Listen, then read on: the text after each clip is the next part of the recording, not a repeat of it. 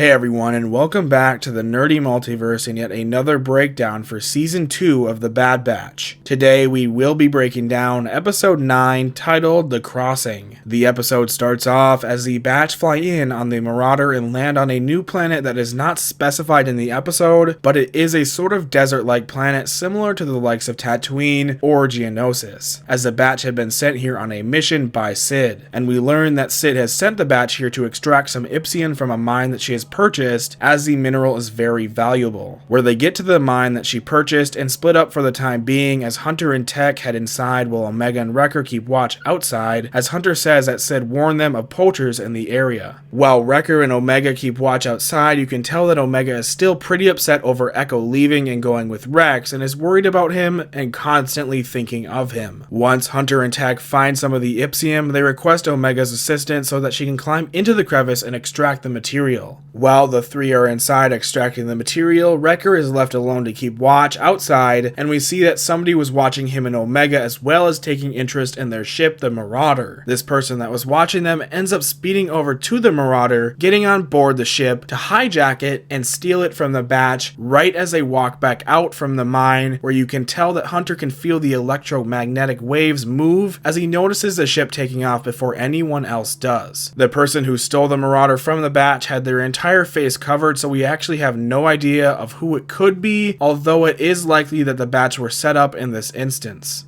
After watching their own ship fly away from them and now being stranded on this planet with nothing but the mineral they were sent to retrieve, they have to figure out what to do and find another way out of here and fast, as a storm is brewing in the distance. So Tech mentions that the nearest town from them is 40 clicks south of their location, so they begin their walk there. And as they walk through the canyons and valleys of the planet, they talk for a bit and Omega tries to contact Echo so that he can come and help them out. However, Hunter and Tech both say that he will not answer because he is out of range and because he has his communications turned off, as he is on a special mission. As to what this special mission is, well, we don't know because they don't tell us, but knowing that he is with Rex right now and helping him with their brothers, it could be possible that he is working with Rex to help Cody or somebody like Wolf get away from the Empire now, but who knows, we'll have to wait and see. Anyways though, as they continue their walk through the canyon, the ground begins to shake and Hunter tells everybody to make a run for it, as we get a very Lion King-esque scene as a huge stampede comes running through the canyon right towards the Batch. They use their rappels to climb onto a ledge ahead of them, and their case of ipsium gets left behind, and if it takes any more pressure or damage, it could explode and eliminate everybody there. So Wrecker hops back down in the middle of the stampede and shields over the ipsium case as the stampede finishes passing through. The Batch lower down from the ledge and they get the case back in their hands and then realize that the stampede was running from the storm that is now closing in on the Batch's location. So they run to shelter as Tech locates another mine ahead, but the case of ipsium falls out of his hands and is left behind to then be struck by lightning and explode, causing the mine entrance to cave in, leaving them trapped inside, and now without the mineral that they were sent to extract. Lighting the cave back up and starting to work on the rubble to dig their way back out from the mine, the Batch get into a little bit of an argument as Omega argues that they need to find the Marauder again, as it was their home and not just a means of transportation, as the crew proceeds to tell her it was, and Tech telling her that they can just find a new ship. She's upset that they have lost Echo and now have lost their ship and home, the Marauder, and Tech asks her what is her problem, where she gets pretty upset and storms off, telling them that she just wants to be left alone now. As Omega walks through the mine alone, she starts using the drill, which opens up a whole different part of the cave, which is filled with different capsules of ipsium, so she begins carefully drilling and extracting some of the material. Where we cut back to Hunter, Wrecker, and Tech, where Tech makes a remark that they need to fix this issue at hand, that being the fact that they are trapped inside this cave now, and Hunter says that that is not the only issue that he needs to figure out, as him and Wrecker push Tech to go talk to and check on Omega. So he does, as he finds her inside the little crevice that she dug through earlier, still drilling and extracting the ipsium, where he ends up helping her and they work together to collect some more of the mineral, so that they can use it to blow through the fallen debris to get back out of the mine. Where Omega tries to reach for another piece of ipsium to collect, she ends up falling over the ledge, then losing her grip on the rock and falling down into the pitch black cave below. As Tech tries helping her back up, without hesitation, he has to jump down after her to save her. They both end up landing in a stream of water and being taken by the current of the stream, which takes them down a small waterfall and into another beautiful part of the cave where they recollect their breath. Hunter notices that something is wrong and tries contacting them, but to no avail until the two have gotten out of the water and reach back to them, telling them how to get to them and to grab their gear as they have found another exit out of the cave. This gives Tech and Omega the opportunity to talk to each other alone and fix their problems and make amends. So Omega questions Tech on why he doesn't seem like he cares about the changes, about Echo leaving and now the Marauder being stolen from them. And Tech tells her that change is a part of life and you have to accept change, adapt to it, and move on. And that is what soldiers do. And Omega tells him that they are all way more than just soldiers and that they are a family. At least that is what she hopes they are. And she asks him if he thinks the same, and he tells her that yes, they are a family, and she questions him why he doesn't act like it then. He tells her that he may process things in a different manner than everybody else in the squad, but it does not mean that he feels any less than she or anyone else does about all of this. Making amends and opening up to one another and finishing their conversation, Hunter and Wrecker come flying down the waterfall and they meet back up with them, where they end up using some of the ipsium that Omega extracted earlier to blow a hole in the cave and make their way back out of the mine. So Tech takes the shot instead of anybody else, as a shot must be precise enough to make a hole in the cave rather than caving it in once again, so he blasts the capsule of ipsium, freeing the bat from the mine. I wonder if Tech is taking the shot because he's the closest thing that they have to Crosshair on the squad. Back outside now, they spot the spaceport in the distance and make their way there, only to arrive and find out that it is completely abandoned. So Tech improvises and uses a communications tower or power line to make a call to Sid asking for her help. At first, Sid says no and does not offer any help to the batch, even after they helped her with a debt she had and helped her with the races in a previous episode. She eventually comes around and says fine and to give her a few days to figure something out for them, but Hunter says that they don't even have enough rations to last them a few days, and before he can even finish speaking to her, Sid hangs up on them. Now, Sid is definitely two-faced, and I could see her letting the batch go or even betraying them. She could have even set them up here to have their ship stolen and leave them stranded on this planet. She may even go down the road of giving their location to the Empire. Anyways though, Omega says that they will figure it out just like they always do, just like Tech told her earlier in the episode, and the two smile at each other back together as a squad. Hunter walks back outside and just stares off into the distance at the storm as the squad walks out and joins him, standing by his side as they are practically stranded and stuck here until help arrives, which is where this episode ends off. Overall, this was a pretty fun episode and I did enjoy it, but it definitely was not on par with the two prior episodes with Rex and Palpatine that were absolutely incredible. And this episode definitely was another one of those sort of side mission type of episodes, but it had a great amount of character development and storytelling for both Omega and Tech, making them more relatable and human-like rather than just clones, as they brought some emotional scenes. And this episode also brought some beautiful cinematography animated scenes, as well as some pretty great music too, that had a sort of Last of Us feel to it. However, I would like to hear all of your thoughts on the episode though, so make sure to leave them all down below. Thank you all for watching. If you enjoyed our breakdown on this episode, don't forget to give it a like, and with that being said, we will see you all the next time that we go through and explore the nerdy multiverse.